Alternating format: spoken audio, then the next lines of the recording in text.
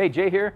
We're going to talk about this 1996 KX250. This was kind of a, for me, kind of a little golden age for the Cowies. They looked really cool, but unfortunately these bikes didn't stand the test of time. They would strip out about every bolt on the frame. There was a lot of things that this bike wasn't great at for durability. Some, 25 plus years later, it can be really tough. So a buddy of mine, this shop helper kid for me and Brad, Liam, he bought this bike and he paid way too much. And he paid way too much, and I don't even know what he paid. I think it was $500 or $600.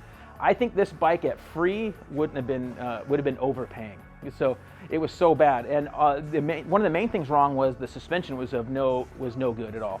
So we had to piece together a bunch of pieces to make the suspension work, and Race Tech helped us figure out the suspension. And on these older bike builds, that's a big thing, is getting that suspension to be able to use those components. And there's parts inside that you can't see that can be damaged and worn out from guys running no oil after it's been, seals are blown, all those types of things. And so that's something you really want to consider when you're looking at these used bikes for a bike build. So getting the suspension sorted out was a big hurdle for us. We got that sorted out, and then we went ahead and tacked the chassis. Other components weren't too bad. The frame didn't need any welding or anything, so we got that powder coated, San Diego powder coating. They do a great job on that, so we got that done. And then we pulled the engine apart with my buddy Brad at Parapros. Got that all pulled apart, and we had a few pieces cleaned up through Sano Metal Finishing in Marietta. Got those cleaned up and got everything clean and nice. And then we used a Pro X rod kit. Andrew Langston rebuilt the crank for us with the Pro X rod kit.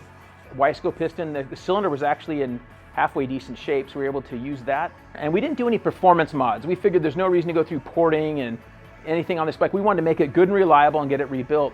So we got the Pro X main bearings in there, Wiseco piston, V-force reed cage, and then spec bolt around the engine cases because these bolts that are so old, it's nice to have some really good looking hardware in this thing. So we got that all done. We got the engine all rebuilt, and also Brad helped us with the carburetor. Got that all cleaned up really well and rebuilt that. Pro X has a rebuild kit for that, which is really cool, and got that all set up with some PC jetting from back in the day. So then it was time to throw this thing into the frame, and it was not too big a problem, but then a few other pieces are out of stock. You can't find some pieces. Airbox pieces we had to make do and kind of patch up some areas on the airbox that aren't available now. Also, the pipe wasn't available from FMF. We got a good used pipe on there. That was something we could find. And during these tough times of finding parts, that was a struggle to find. So we got this thing all back together and hooked up with Vital and took it out and had a really good time shooting this thing. So we get out to the track. One of the things we noticed, we got some really good controls in this thing. We updated to ODI bars, lock-on grips, which we just love. Some good foot pegs, IMS pegs.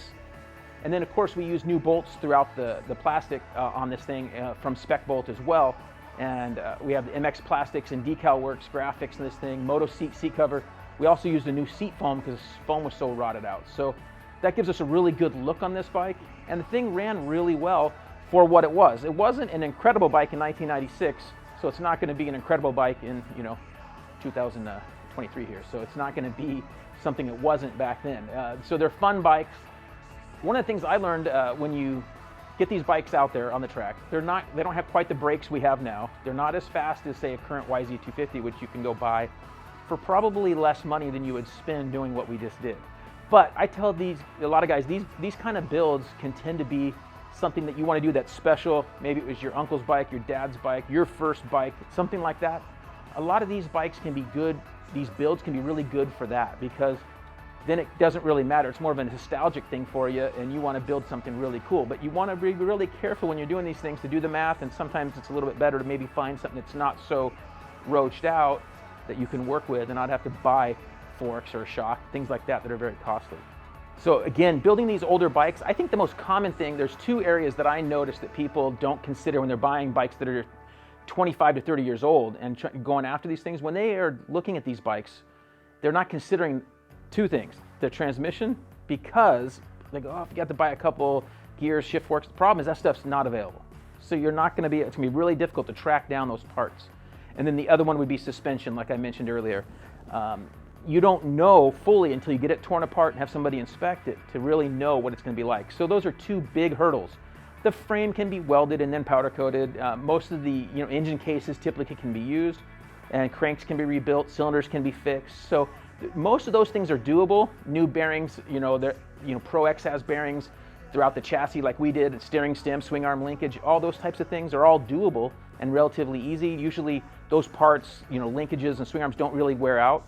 So the biggest things to watch for would be internal engine and suspension, which are two areas that you can't really see until you get it all torn apart, unfortunately.